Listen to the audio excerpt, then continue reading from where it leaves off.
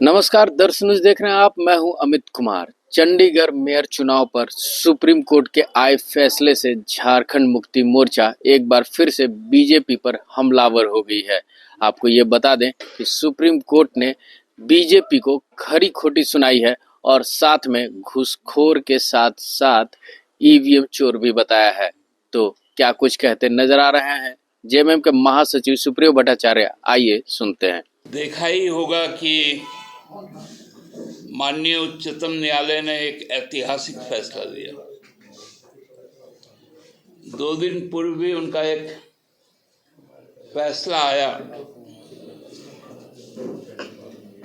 कि जो घूस की राशि है भारतीय जनता पार्टी के खाते में जाती है ज़्यादा, वो घूस की राशि अवैध है। और दूसरा, बैलेट चोरी करके जो अपनी सत्ता को कायम करते हैं वो भी असंवैधानिक है।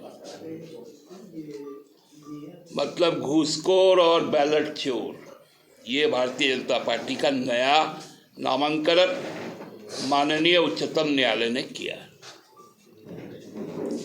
चंडीगढ़ का मेयर चुनाव पूरे देश ने देखा था 30 जनवरी को, किस प्रकार उसका पदाधिकारी वहाँ पर वार्ड पार्षद नॉमिनेट होता है, प्रिसाइडिंग ऑफिसर बनता है और बैलेट पेपर की चोरी भी करता है।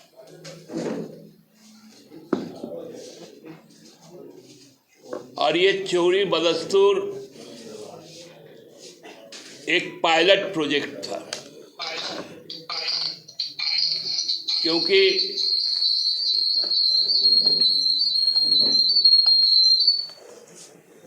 आने वाला समय लोकसभा का चुनाव है। ये पायलट प्रोजेक्ट उनका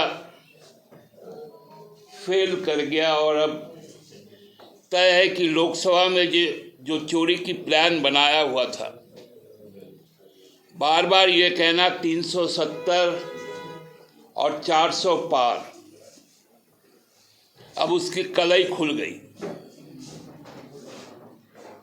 आज जब चुनाव आयोग पटना में प्रेस से बात कर रहे थे और वहाँ की पॉलिटिकल पार्टियां उनसे बात कर रही थी,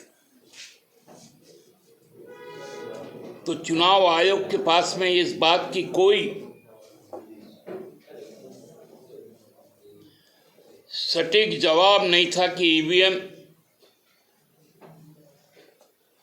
और उसके जो वीवीपैट के जो पर्चे, उस पर उनका क्या मंतव्य है। वो सुविधा ऐप की बात करते हैं। उन्होंने कहा कि पिछले दिनों हम 3,500 करोड़ रुपए सीज किए। तो माननीय इलेक्शन कमीशन ऑफ इंडिया को मैं ये भी बता दूं कि जो इलेक्शन बॉन्ड से 6,500 करोड़ रुपए आज के दिन में भारतीय जनता पार्टी के अकाउंट में है, उन अकाउंट को आप क्यों नहीं सीज कर रहे हैं? खासकर जो इन्फोर्समेंट डायरेक्टरेट है, वो ये 6,500 करोड़ रुपए पर उनका क्या स्टैंड है, ये भी क्लियर होना चाहिए। चंडीगढ़ का चुनाव साधारण चुनाव नहीं था। वो जो गठबंधन है भारतीय जनता पार्टी के खिलाफ, एनडीए के खिलाफ, उसका पहला चुनाव था जहां आप और कांग्रेस दोनों ने मिलकर चुनाव लड़ा था और उनकी संख्या 20 थी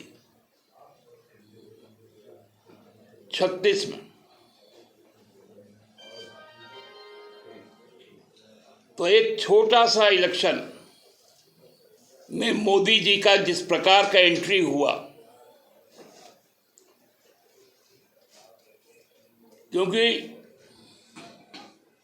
भाजपा का तो इरादा था और मसीह मोदी का प्यारा था।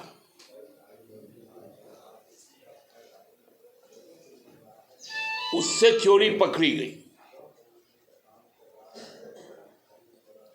पूरे देश में जो आज माहौल बना है,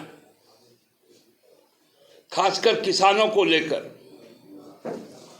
बंगाल का भाजपा का नेता, बंगाल पुलिस में कार्यरत आईपीएस जो पगड़ी पहनता है,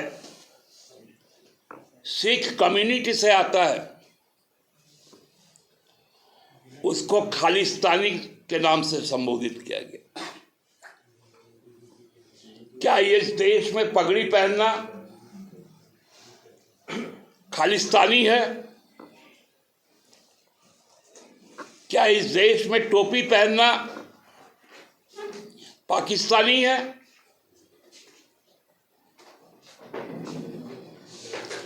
क्या इस देश में टाई लगाना वेटिकन सिटी है?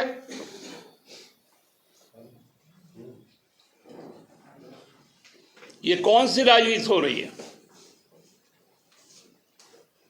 मोदी जी कपड़े से पहचान लेते हैं।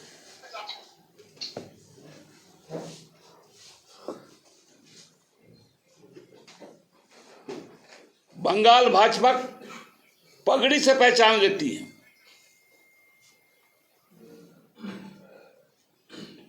हम किस ओर जा रहे हैं? चुनाव के पूर्व में चुनाव के नतीजों का दावा करना, चुनाव आयोग गूंगा क्यों है?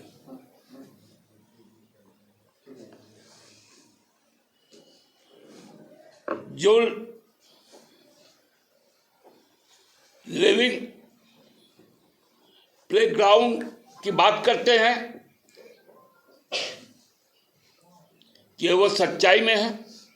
तो अभी आपने सुना क्या कुछ कहते नजर आ रहे थे झारखंड मुक्ति मोर्चा के महासचिव सुप्रियो भट्टाचार्य। सुप्रियो भट्टाचार्य सीधी तौर पे बीजेपी पे निशाना साधते नजर आ रहे थे और कहा कि बीजेपी अपनी केंद्रीय एजेंसियों की मार्फत हेमंत सोरेन को प्रताड़ित करने का काम कर रही है। साथ में सुप्रियो भट्टाचार्य ने कल होने वाले कार्य समिति की बैठक के भी बारे में कहा कि उसमें हेमंत सोरेन को कैसे गिरफ्त से बाहर निकाला जाए, साथ में लोकसभा चुनाव में जो सीट शेयरिंग का मुद्दा है वो भी इस बैठक में चर्चा में शामिल होगा। तो ऐसे ही तमाम खबरों के साथ जुड़े रहने के लिए हमारे चैनल को लाइक और सब्सक्राइब जरूर करें। अमित कुमार, दर्श न्यूज, रांची।